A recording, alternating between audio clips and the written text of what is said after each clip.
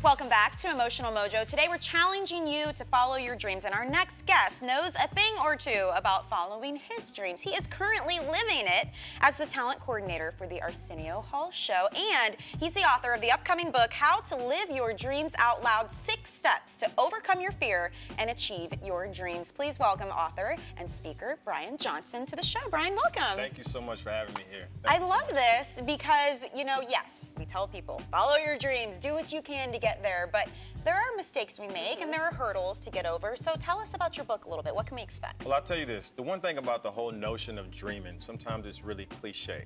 You know, people don't consider dreams to be really tangible things. Like a dream is nothing but a goal, right? It's a goal. And what I've tried to do with this book is add some structure to it, because as dreamers, sometimes we're just all over the place, right? True. Like we're just creators. We just want to go out, create, and dream, and sometimes we just go full-fledged ahead without even putting any concept. You do have to have a plan. You have to have a plan, and that's what I've tried to do, because trust me, I've made the mistakes. and I know that there are a lot of people out there, so I want to make sure that these people aren't making the same mistakes that I've made. Yeah, let's highlight some of them, because you say Some there are mistakes? three, three big mistakes that people should avoid when they're following the dreams. The first one you say is the mistake of not having clarity. What do you mean by that? Well, you know, a lot of people, like I said before, they just go out, you have this dream, you don't even, sometimes you don't even understand what it is all about. You just have this inner feeling. You know, I was reading something the other day with Sarah Blakely, the founder of Spanx. Right. And she was just saying that she had something inside her, but it never materialized until she put it out there into the atmosphere. And she finally got clarity about what her idea was. And it's the same thing that I'm teaching here. And now she's sitting pretty. No, I know she's sitting real pretty. And tight. So, you know, with clarity, I think there are some steps within clarity that you can take to go about getting there. You have to shun indecision.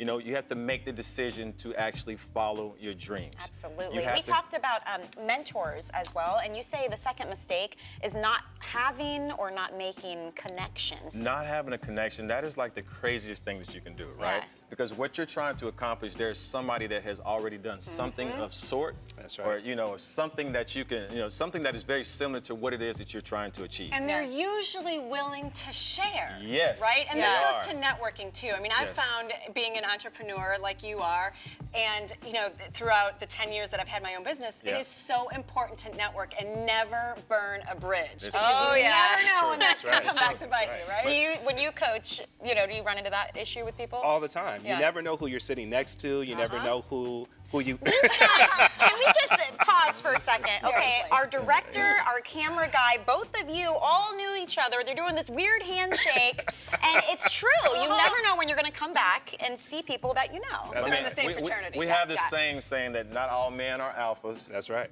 But what?